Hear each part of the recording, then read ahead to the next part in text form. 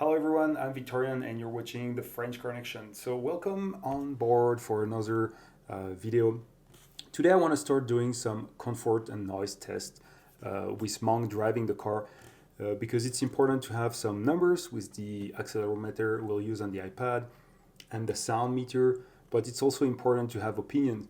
And I want to have another opinion and not just only mine. So Mom will be driving the car for those tests, and she'll be giving her honest opinion about them.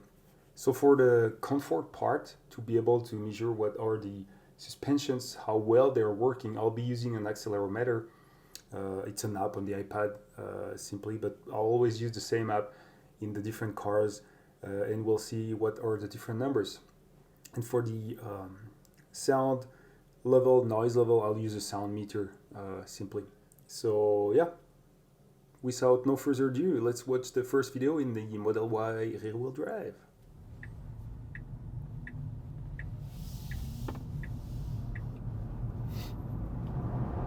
So Momon, what do you think about the Tesla Model Y? I think it's pretty good. I'm getting used to it, especially the one pedal driving function. Right, because we have to say that Meng always disabled the one pedal driving in the Mach E, our personal Mach E. Yeah. And I told her, well, just try the one pedal in the Model Y, and you'll see how you like it. Actually, it's better because I don't have to press the brake all the time. Right? Yeah. No, I think it's easier. Yeah. So we are testing the comfort of the Model Y right now. What are your first impressions? I think it's more comfortable. Yeah. Yeah, and I like the design of the interior. Everything is cool, clear, and simple. Yeah, that's a nice design. I actually like it. Yeah. Do you miss the screen in front of the driver? It's at first it was a little bit weird for me because I was always want to check my speed on the screen in front of me here, but actually it's written here. Yeah, it's not that far. Yeah. Like personally, I don't mind it, but I understand why some people really like a screen in front of the driver. Yeah, it's a personal preference. It was a little bit weird for me because I feel like there's something missing in front of me. Yeah, you've always been driving cars that had the classic layout, yes, with the screen, exactly. your speed, etc., in front of your eyes. So yeah. Do you think it's more comfortable than the Mach E? I think so. Yeah, I think so as well. I feel like it filters the impurities of the road a bit better than the Mach E. Exactly. Especially the big compressions, Yeah. when there is a big bump, let's say, the Mach E is bouncing back. Oh, it's really uncomfortable. Yeah. This one is a bit better. This one does a bit better on that point, that's for sure. Mm-hmm. It's still firm, Yeah. but it does better than the Mach E. But the sound insulation is not as good as that one. Well, that's perfect that you talk about that. Let's try that. And we'll compare with the Mach E and then other cars and see which one does the best, right? Cool. Okay, so I'm going to start it. And making sure that everybody can see it, hopefully.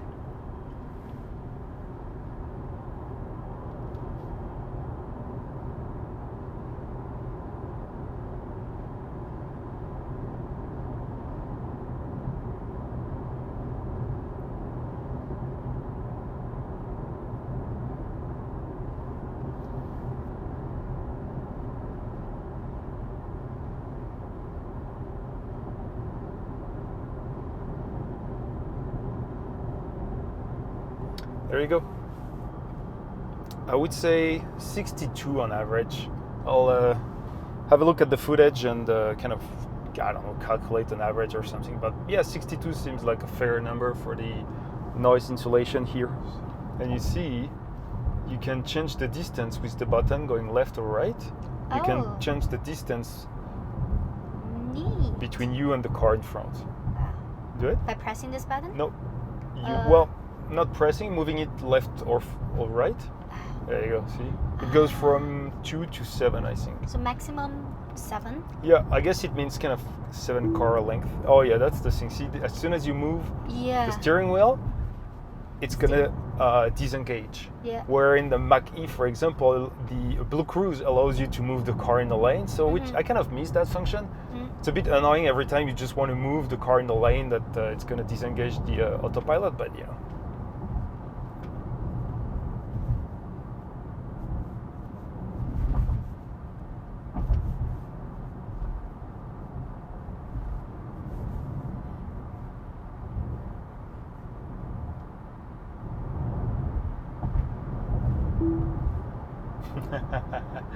Yeah, it takes a while to get used to it. I always do that as well. I'm like, hey, I want to move the car in the lane and disengage the autopilot. I'm like, yes, I forgot that.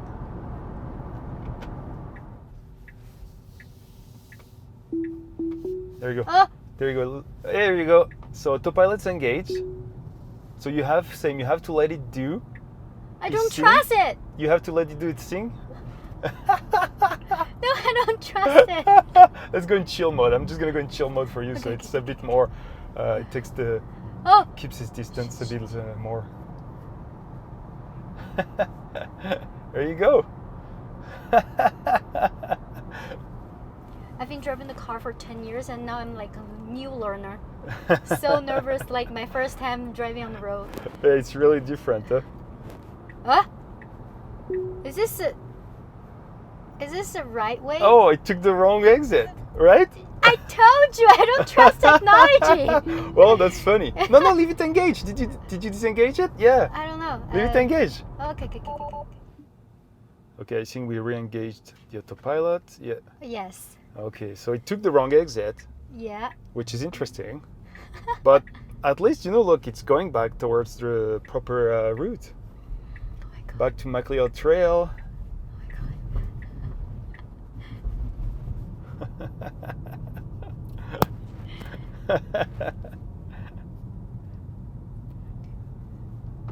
Yes.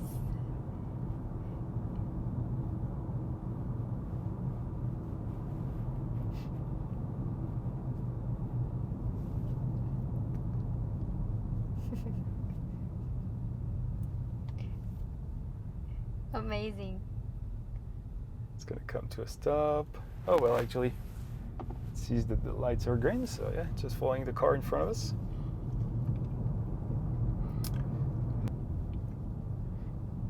You're more nervous than when you're driving yourself? Yeah. Yeah, makes sense. I was as well.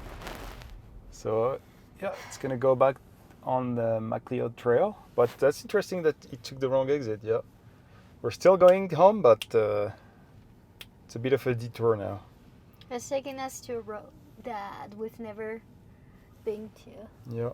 So what do you think about full self-driving? I'd rather do it myself. Yeah, it's not very reassuring. You know what I mean? Yeah. Like it's a beta. It's still a beta, but I think it's doing well. It's amazing what the capabilities it has, but you definitely can't trust it yet. And maybe it's never going to happen actually. And when the screen is blinking blue here, that's where you want to either use the volume here, the volume button, or put your hands back on the steering wheel. And, Okay. Yeah. Yesterday I didn't do that. Like I was brand new at full self-driving. So I was all excited and looking everywhere, and I didn't see that it was flashing blue and asking me to put my hands back on the steering wheel. So I got like what you can call, I guess, a penalty, a warning, and then he told me, okay, if you do that again, 5 times total, so another 4 times, you'll go in, I don't know, full self-driving jail, or someone called that on the internet the other day, I forgot, but it's like basically, I think you can't access full self-driving for a week or something like that. Oh, okay. Yeah. 5 times in a day? No, I guess, I don't know how it works. No, it's not in a day, I don't think so. Must be 5 times on the last week, or Oh, okay. There is a Tesla factory in China.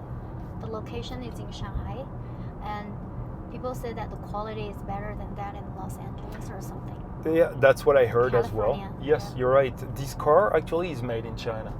All the brand new Model Y, so the rear-wheel drive Model Y with the LFP batteries that are coming in Canada are made in China. Yeah.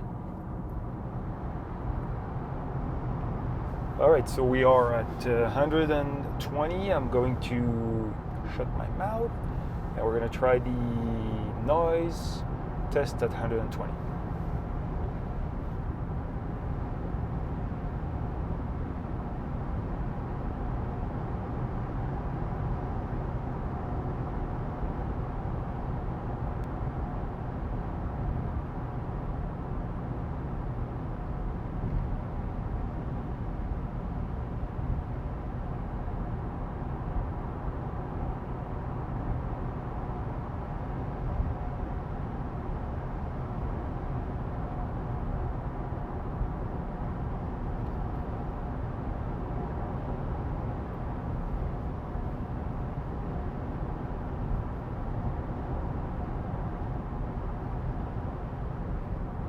Yeah, definitely closer to 64. I would say between 63 and 64. So obviously a bit more noise when we were doing 120. So I'll put that in a Google Sheet as well. I'll look at the video and make sure I can come up with a decent average number. And we'll see how it goes and how it compares to the other car. All right, so I hope you enjoyed the video. I think it was quite funny to see Meng using the full self-driving for the first time. And let's talk about numbers here. So the accelerometer measured an average of 0.2 meters per second for the section of the highway we used on MacLeod Trail here in Calgary. And the max acceleration, so vertical acceleration to measure the suspension work, was 1.1 meter per second. So not bad. And overall, I think I mentioned it in the video, but I think the Model Y is at least the last version that's built in China, the Model Y rear-wheel drive that we have here in Canada. I think it's a comfortable car, especially for an electric car. Usually they're pretty stiff because of the weight and not the weight of the battery, right? They have to be a bit stiffer maybe than usual normal cars. Well, normal cars nowadays are becoming the electric cars. For the noise, 90 kilometers an hour measured around 62 decibel. You know, I think that was the average, was pretty close to 62 decibel, so we'll go with that. And at 120 kilometers, 64 decibel. So yeah, that's it. That's just a few numbers here. I hope you enjoyed the video, and I'll be making more videos about comfort and noise level in a car with different cars. Until then, I'm Victorian, and you're watching The French Car Connection.